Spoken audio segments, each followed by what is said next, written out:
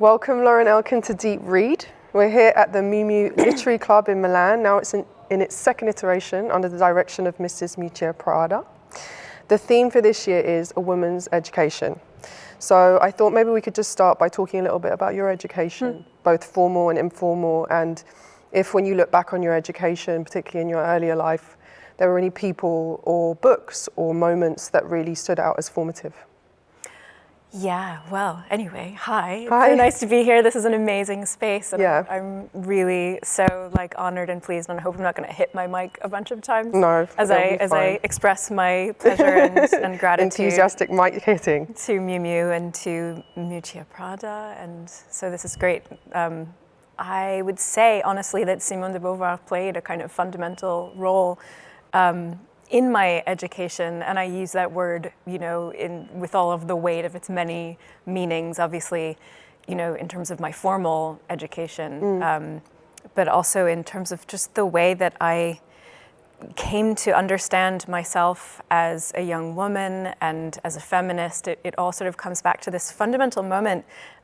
When I started university, I went to women's college in New York City, Barnard, and didn't really think of myself as a feminist before I got there, and sort of ended up there by chance. My best friend was there. I had been studying theater previously at another university and was sort of at loose ends for, I knew I wasn't going to continue with theater as a life choice, but didn't know what else to do. So she said, just come to Barnard, you'll have a good education. It's in New York City, you'll have fun.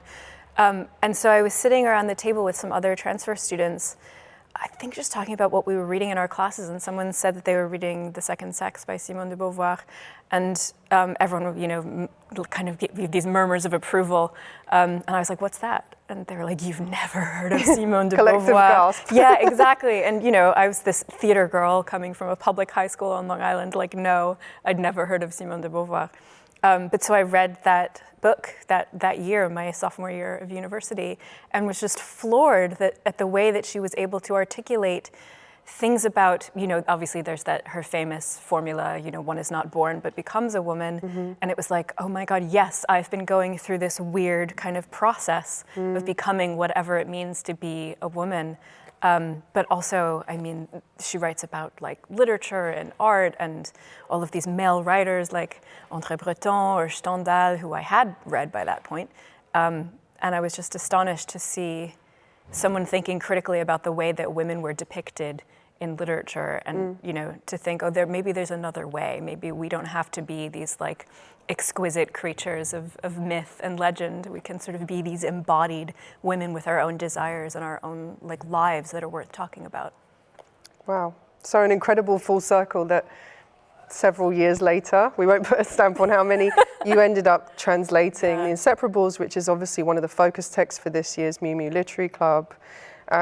I'm really fascinated by the mechanics of translation and how it works, particularly when you are a writer yourself. You're not just a translator, you're a critic, you're an author. Do you think in French or in English? And what is it like when you first got the French text for the Inseparables? How does that tone into your mind, and how do you think about how to put it out in English, staying true to what you're reading on the page, but obviously also you must add a certain amount of your own flair? I'm just really interested in the process, and particularly the process when it comes to translating this book. Yeah. Well, so I think in French and in English, it sort of depends on the context. If I'm in France, obviously, it's just I'm in French mode. And then it depends sort of if I'm reading a lot of French at the moment, or if I'm listening to a lot of French radio, French podcasts. So otherwise, my default is English. I was born and raised in the US. But yeah, translating this book, it was kind of just this massive honor that fell into my lap, and I stopped work on the book that I'd been writing at the time, which is called Art Monsters. It came out a few years ago, and just sort of dropped tools and said, okay, here we go, Simone de Beauvoir. She has a kind of checkered history of translation into English. The Second Sex, when it came out, I think in 1953, something like that, was translated by a zoologist rather than a feminist or a phenomenologist or anyone with a kind of philosophical training. So he cut a lot of the stuff about women's bodies and lesbianism and all of the stuff that he thought was kind of irrelevant. So it took a long time for us to have a full translation of The Second Sex, and even then, some people have, quibbled with the actual translation.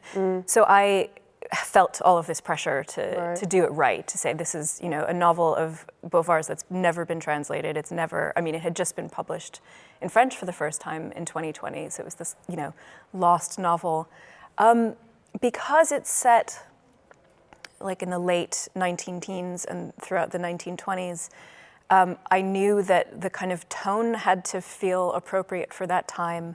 My PhD is in modernist British women's writing, so the 20s and 30s are sort of my period in terms of my training. So I felt like I knew the right kind of, it's almost like a physical posture that you sort of, this is my acting training coming through, but once you can kind of assume the posture and understand what it would be like to be in the body of someone living at that time, their kind of way of speaking comes along with that posture, that physicality. And then I had in my ear the way that they would sound from having read all of this writing, specifically British women's writing. The thing that's kind of strange about, I say this as an American, the thing that's strange about translation from French to English is that it sounds more French if it's in a kind of British English. If you know, like, in Les Misérables, for instance, and in the musical Les Mis, all of the poor people have Cockney accents, and that's it sounds to an American ear kind of European if they have British accents. Right. So if they just had if they just spoke the way the underclass in New York would speak, it just wouldn't sound authentic. So I think the fact that I had this training in British writing, I was living partly in the UK at the time, I almost felt like I was ventriloquizing a 1920s lady novelist in the UK, if that makes any sense. That does make sense, and it really provides an interesting insight into how that process works. And yeah, I can follow how you do it by how you explain it. The Inseparables is a really remarkable book. It's based on a friendship that really was very pivotal in Simone de Beauvoir's own life. A young friendship she had as a child, and with a woman who died in her early 20s. I read The Inseparables and your novel Scaffolding, which came out in 2024, back to back. And it was so striking to kind of read a text that was set in, it's post First World War, isn't it? Yeah. And then your book is obviously set partly in the 70s and partly in sort of modern day France. And just to see the staggering changes that happened socially and culturally in France in really what was relatively quite a short period of time, when The Inseparables is set, these young girls, their friendship is entirely dictated by the formality of the educational setting where they meet in school. They have to, as little girls, they have to address each other using the vous form. They can't touch each other, and they're very confined by their education, both sort of literal education and their cultural, social education that they're having. At the end of it, this is a spoiler, but I think it's quite known that that Zaza, the young girl that Simone de Beauvoir formed a very intimate friendship with in her early years, she dies, And in the afterward, Sylvie de Beauvoir, who is Simone de Beauvoir's adopted daughter, but not in a sort of filial sense. Yeah. She's like her companion. It was a companion in her life who she later adopted. She sort of says, that Zaza died from being exceptional, that in a way her death can be attributed to the fact that she was so corseted, I think the word she uses, by this education, and that she almost just couldn't cope with it, and she sort of expires from it. I just thought that was a really devastating but fascinating read on it. I don't know if you had any thoughts on that, and just in general, how the confines of education, as incredible it is to learn and to be taught, can also really constrict us in a way. Yeah, I think what's interesting about Beauvoir as a thinker is the degree to which she's interested in free will and agency. She's one of the sort of foundational thinkers of existentialism. Right. And so she is interested in this novel in exploring that conflict between what Zaza wants for herself and her own kind of attempts at defining what freedom might mean to her within this context of family and religion. And she's ultimately not able to throw it off the way that Simone de Beauvoir's character, Sylvie, is. There's a sense in which, as you say, Zaza, or André, as she is in the novel, just kind of expires from being unable to live her life the way that she would like. She can't, do the studies she wants to do. She can't marry the person she wants to marry. She, is sort of condemned to this life of, social outings and like idiotic conversation with people she doesn't care for, to such an extent that at one point in the novel she puts an axe into her foot. She does. Which is really staggering. You can say quite a lot about that move. But it's also, the novel is also an indictment of the people around Zaza who, of their own free will, kept her in this cage, like her mother, her family, her grandmother, her lover, Pascal, who is based on the philosopher Maurice Merleau-Ponty, who was continuing to be a good friend of Beauvoir's throughout her life. There's some suggestion, and I actually really want to read up a bit more on this, that she didn't publish this novel in her lifetime because she was worried that Merleau-Ponty would be offended by the image that she portrays of him as this young man who really loves Zaza, or André as she is in the novel, but doesn't have the courage to defy his own familial expectations, his own religious expectations, in order to become engaged to the woman he loves, to keep her from being sent off to England. So I think, there's a sense that Zaza couldn't thrive. She's like a plant that just didn't have enough air or something, but there's also a sense that the gardeners who were looking after Zaza are to blame. Yeah, and Sylvie kind of tries to help her free herself, doesn't she? She kind of plays this intermediary between various figures in André's life, but unfortunately her efforts don't prevail. Yeah, it's a tragic book. But it's also this really beautiful portrayal of like, kind of the early, like falling in love with your first female friend. And of course there are sort of reads on the novel that it is in some ways perhaps an exploration of a kind of repressed queer love. It's not explicit, but there's certainly a dimension to the friendship that seems kind of beyond totally platonic. And as I said, I read it back to back with your novel Scaffolding, which also portrays a very intense female friendship between Anna, the protagonist, and I'm going to say Clementine in my English accent. Fine. Clementine. Yeah. Clementine. Clementine. I just wondered if you had, how important it was for you to portray a female friendship and what female friendships have meant in your own life. I think for many women, our female friends are so crucial to our development and our self-realization. They can also be quite fraught, quite tense. I just wondered what you were trying to depict in the unfolding of that particular relationship. Oh, that's such a great question. I am one of those people, women specifically, who has like all female friends. I've been like that my whole life. And so it's very strange that now I live with my partner, who is a man, and our son. So I'm surrounded by, boys all the time. It's a very boy-heavy environment. And so my female friends are like that much more important to me. Not to be like so binary about gender, but my friends have always been women. And like very strong, sassy feminist women. And so I think something that carries through from Beauvoir's novel to my own novel, although it didn't come from Beauvoir, is the importance of conversation, how crucial it is to find someone you can really talk to, like gets you, who's trying to sort of muddle through the same problems that you are, whether those are, life problems, theological problems, philosophical problems, all of the kinds of conversations that Sylvie and André have in the novel. Sylvie says at one point, I could talk to André the way that Papa talked to Maman, and like she couldn't speak to anyone else in her circle at the school. It really, when you meet someone who gets it, is kind of on the same wavelength, it's everything. And the way that Clementine and Anna talk to each other, I see very much in this kind of lineage. That impulse for that novel comes from my love for Éric Rohmer, the films of Éric Rohmer. That was really a big inspiration for the novel, is something like Conte de Printemps, like the spring. He has this 4 films, each one is set in a different season. The springtime film, which everyone should watch since it's spring, is about this philosophy instructor and like a teenage girl who just sort of become friends. I can't remember, it's been a while since I've watched it. I can't remember how they meet.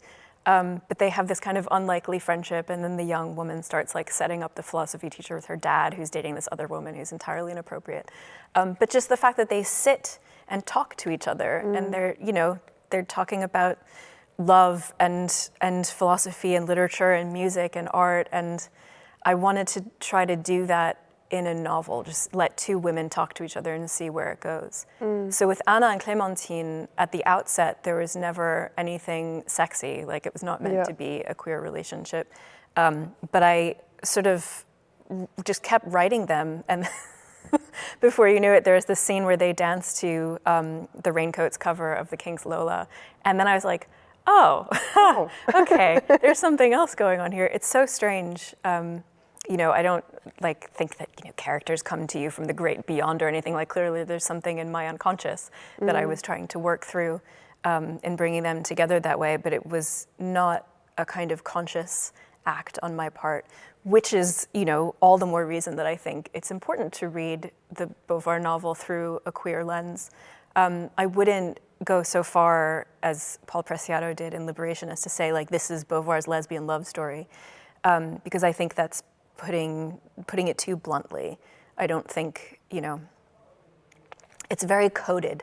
At one point, Sylvie makes like a red satin change purse and gives it to André for her birthday. And the purse is this like coded lesbian object.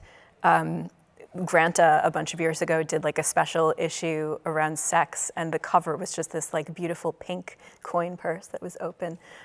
So it's this, it's an object with this kind of long association with like the desire that dare not speak its name between women specifically. And in Beauvoir's memoirs, because she wrote about Zaza a few times, she keeps that scene, but Beauvoir, as she is in her memoirs, gives it to Zaza in a closet, which, not to like put our terms on that time, on that period, but, the idea that it was kind of hidden away from view, that gift had to be exchanged somewhere where they were She almost knew it was too intimate to do it publicly. Yeah, She'd made her this beautiful, and it does, when you read it, it's such a vulnerable moment, isn't it, that she's made her this, she's gone to all this time, she doesn't even like sewing, she says that in the book, and then she's gone to all this effort to make her this exquisite gift, and you're kind of holding your breath hoping that it's well received, which it is. And then that's the moment when Zaza's mother like takes against Sylvie. Sylvie's like, that's when I noticed she actually didn't like me very much. She's like, this is too close. Yeah, exactly. Desire is obviously such a key theme for scaffolding. It's like a very sexy book. And, the protagonist is really, I found it very refreshing how unapologetic she is about pursuing her desire. She's gone through a personal tragedy, and she's kind of using this exploration of her desire as a way to come back to herself. She's also interested in desire in an intellectual way. She's a psychoanalyst. She's studied the work of Lacan, who had a lot to say about desire, and we learn a lot about his work through your book, which was really helpful because it's a lot easier to decipher it through your words than through his. In tackling that subject of desire, again, I'm interested in what did you want to explore or unpack that you felt maybe you didn't understand, or what was it that led you to make that such a key theme of your own work? I wanted to think about a couple of different facets of desire. One being what we do with all the leftover desire that we've had for people in our pasts that go away. Do you just channel it, into the next person and the next person? Like there's this Regina Spektor song that I'm suddenly thinking of where like you take all your love and you put it into one person and then it doesn't work and so you put it into someone else. And is that how it works, or is there something sort of, some residue, some excess left behind that we call, in some settings like a haunting or a ghost, someone who is just kind of weaves through your life or your dreams without your necessarily wanting them to be there, but they're there, and it seems a sort of ethical choice, I think, to acknowledge that these people don't go away, but sort of hover somewhere on the margins. And you can't pretend, that your partner is the only person you've ever loved, ever Except will you're love. expected to pretend, right? You are expected to. So I think it's about trying to get to a certain level of honesty with yourself about your history and the way that you think about people from the past. So there's a kind of test of that when Anna re-encounters someone that she's been with in the past. She is married to someone else who is conveniently outside of the city at that time. And so she's able to kind of check her morality at the door, as it were, and just sort of see what's there, like revisit, okay, so you're haunted by this person, let's give you another chance to be with them. Could it work this time? Was it never ever going to work anyway? So it was about getting away from a kind of moralistic reading of infidelity and thinking about trying to find a way to be faithful to your desire and to the people that you yourself have been in the past. How is that sort of possibly in conflict with the idea of being faithful to someone else? Like, how can we understand faith? How can we understand a kind of lived ethics? How do ethics and desire sort of relate to one another, or kind of come apart from each other? And then what's the role of honesty in a relationship? Like, how honest are we meant to be? How honest is too honest? Is honesty sometimes a kind of violence? So yeah, I don't want to give away, how it all ends. But that novel was me trying to work out what role desire outside a relationship, can play. Yeah, and not to be cliched about the French and French culture, but that kind of allowance of a certain ambiguity or a more intellectual approach to, as you say, like the ethics of desire, the ethics of honesty. It felt very French to me. Like, there's a way that we can interpret infidelity as that it's not just an inherently wrong thing to do. And particularly, as you say, there was a line that really stood out to me where you said, where the protagonist Anna says that her infidelity, this is maybe a spoiler again, but I think it's okay. It's not one that ruins the plot of the book. It feels like a fidelity to some younger version of herself. And I loved that because I thought, so often, and Simone de Beauvoir wrote about this a lot, because particularly from girlhood, women are expected to betray ourselves in order to do the right thing as culture and society expects of us. And we get further and further and further away from that younger version of ourselves and what she wanted and what, would have made her happy.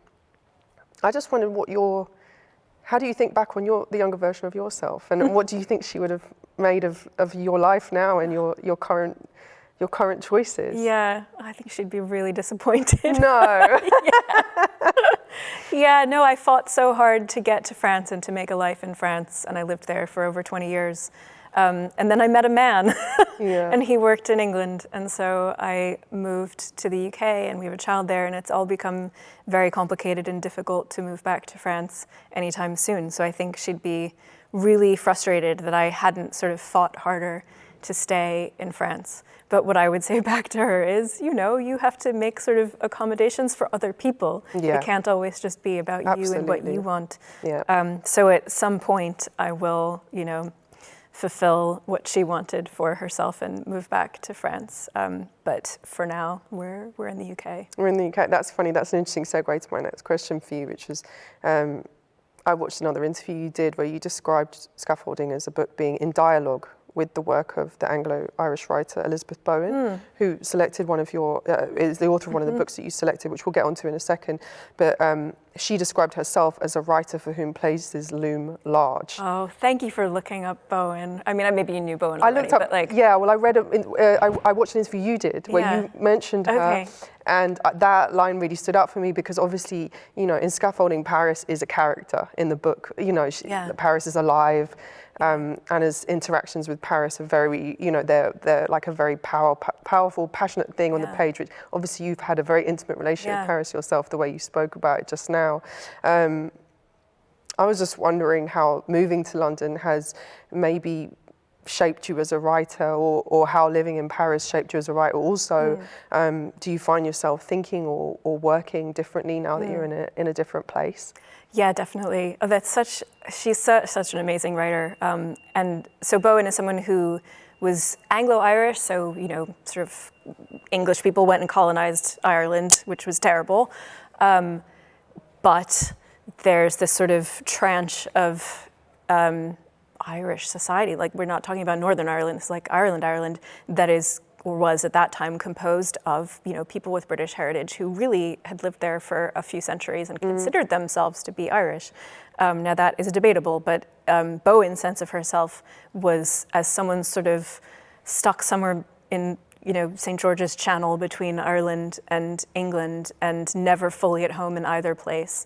And then she wrote quite a few novels that are set in France or sort of go back and forth between France and England. So the fact that she's a writer who's so much in movement and never fully in one place, I think allows me a sense of permission to also feel very much kind of mobile. You know, I was born and raised in the US, but I haven't lived there since the 90s. Like I'm, you know, so I don't think of myself as American or as an American writer because I just haven't lived in America in a long time, but I obviously am.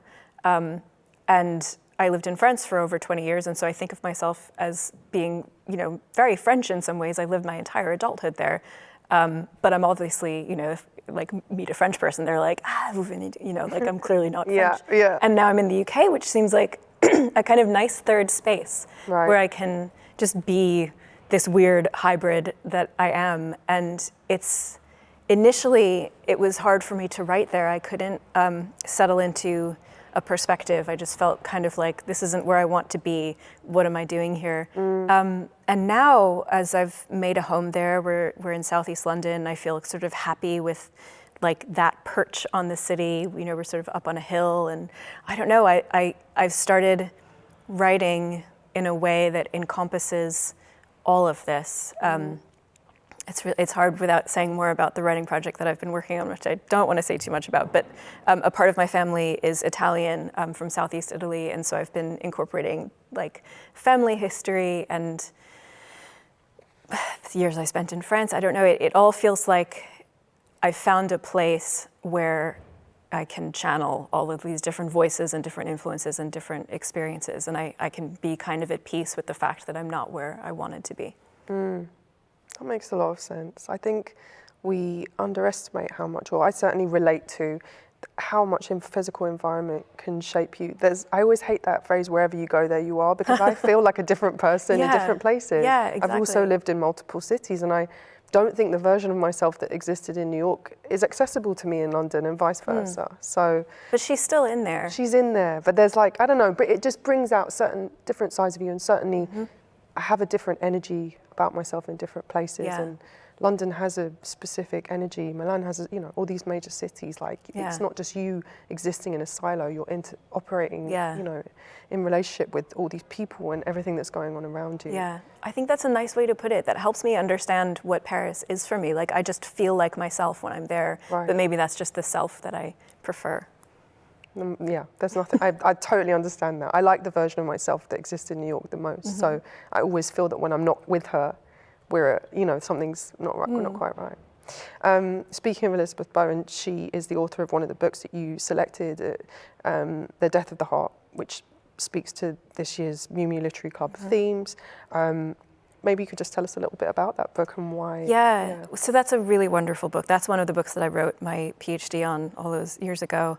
And it's about this young woman, Portia. She's 16, and 16, you know, it was published in 1938, so 16 in the mid-1930s.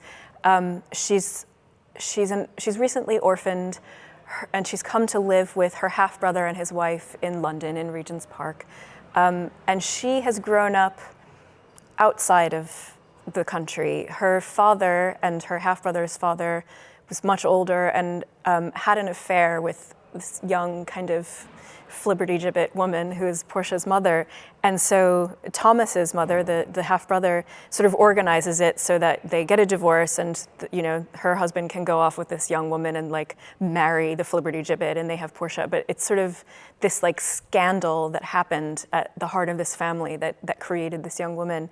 And so she's lived her whole life like in the south of France, and then her flibbertigibbet mother dies. Love this word, flibbertigibbet. I haven't heard it for a long time. This poor woman, they say she's like too incompetent to live, like she just can't survive. So Portia comes back, to the site of, to London, to where all of this happened, and is this kind of extra person. It's like, what's to be done with her? She's the product of this massive kind of faux pas, and now is going to spend some time with her half-brother and his wife, and they have to sort of take care of her, but they don't know how to take care of her, and she's at this weird moment between girlhood and womanhood, and so invariably she falls in with a young man who's like not quite, on the up and up, and he sort of takes advantage of her, and she's left completely eviscerated at the end of the novel. So it's the death of the heart. It's really the death of, Portia's innocence.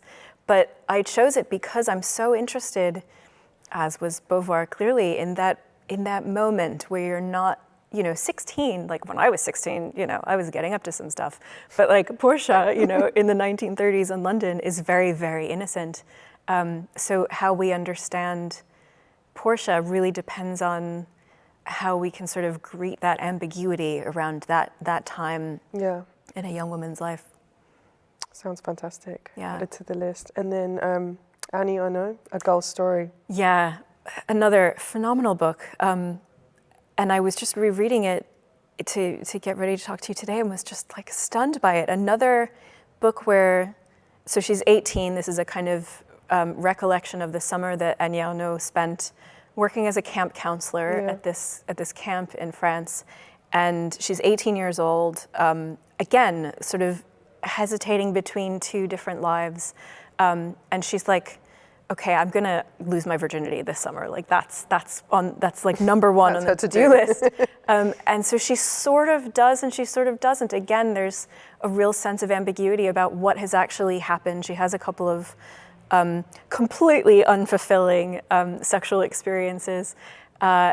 Borderline, rape would be putting too strong a word to it, but like not quite consensual, more a sense that like she's there and she wants to have experience. She wants to be in her body and know what it feels like to have physical pleasure and to become a woman.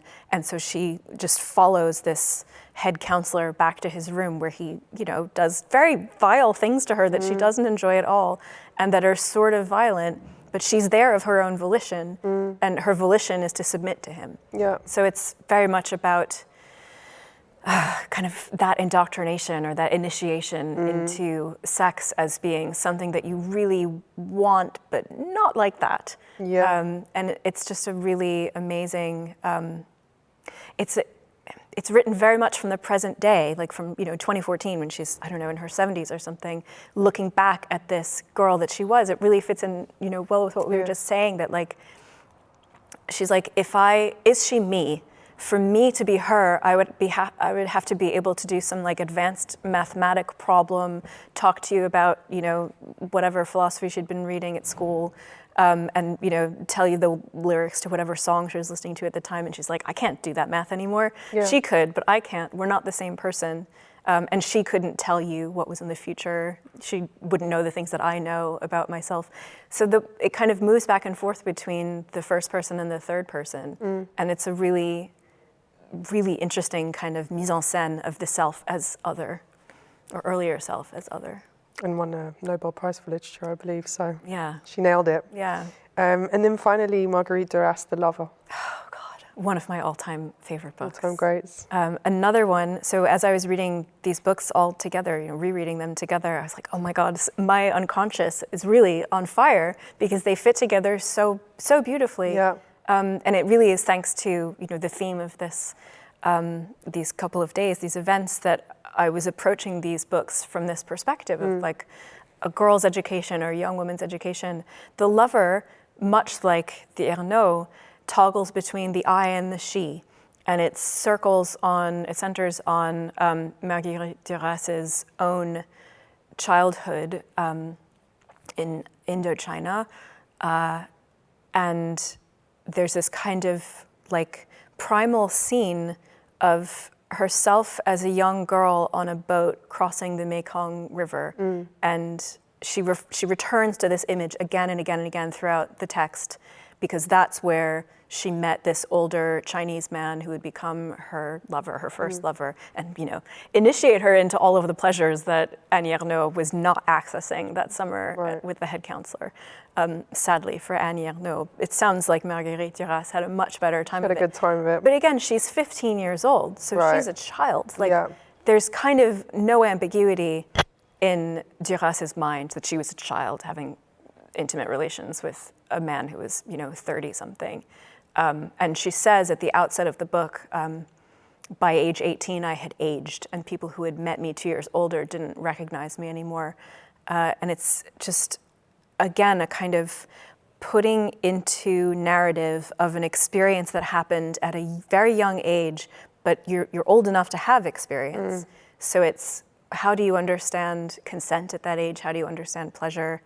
There's an amazing line in Bowen's The Death of the Heart where an older woman says of Portia, the 16-year-old, what does she even have to write about in her diary? Like, experience isn't even experience until you've repeated it.